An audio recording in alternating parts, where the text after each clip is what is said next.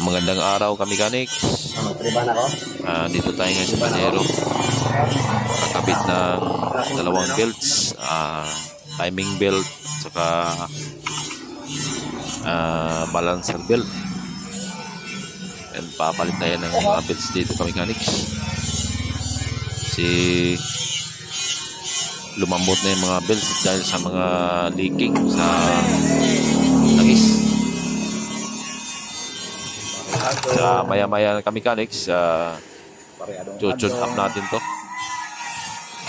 para maganda yung compression niya, walang singaw.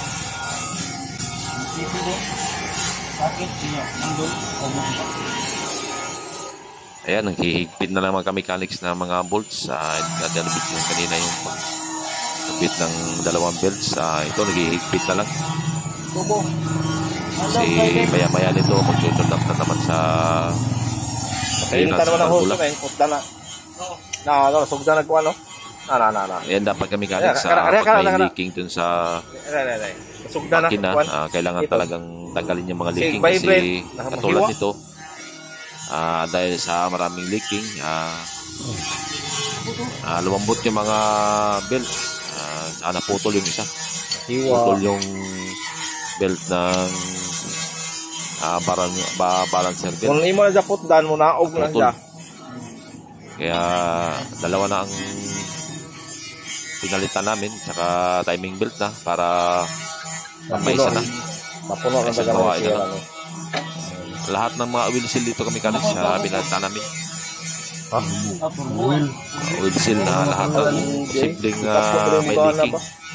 Talagang pinalitan. Pero dali ra na gana kay mechanical man para hindi na maulit yung pagkaputol ng belt.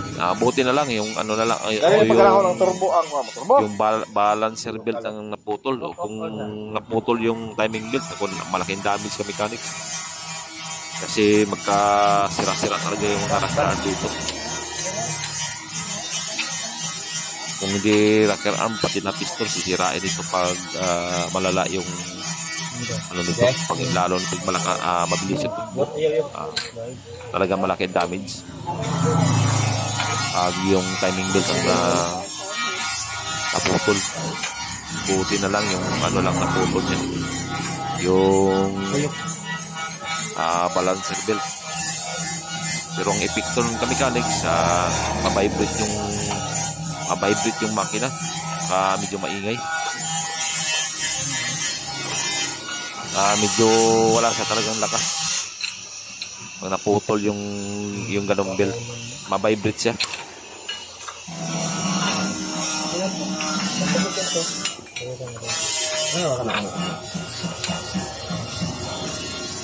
Kaya mga pagganito mga sasakyan mga mechanics, mga 456, yung mga L3, yan, mga 456 yan, L300, Pajero, ganun mechanics. Kailangan talaga tina natin kung may mga leaking ba. Kasi pag may leaking na, kailangan talaga ipagawa yan para hindi lumaki yung damage sa mechanics.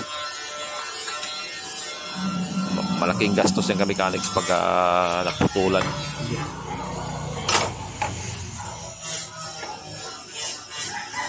Sige po, uyang ka. Maya-maya nito mag-tune up ng mechanics para maganda yung clearance, hindi siya malagitik. Medyo talaga malakas yung mechanics pag exact clearance yan. Kung ako naman yan o, kailangan tune up yan mamaya. Clearance sa valvula.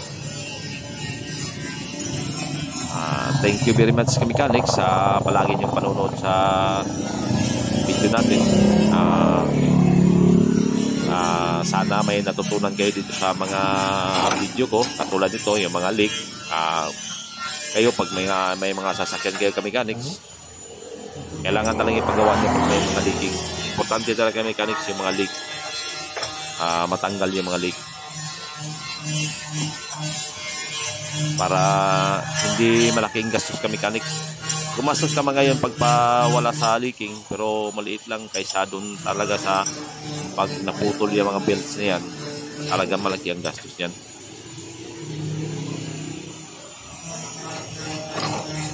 Sana may natutunan kayo dun sa mga video natin katulad nito.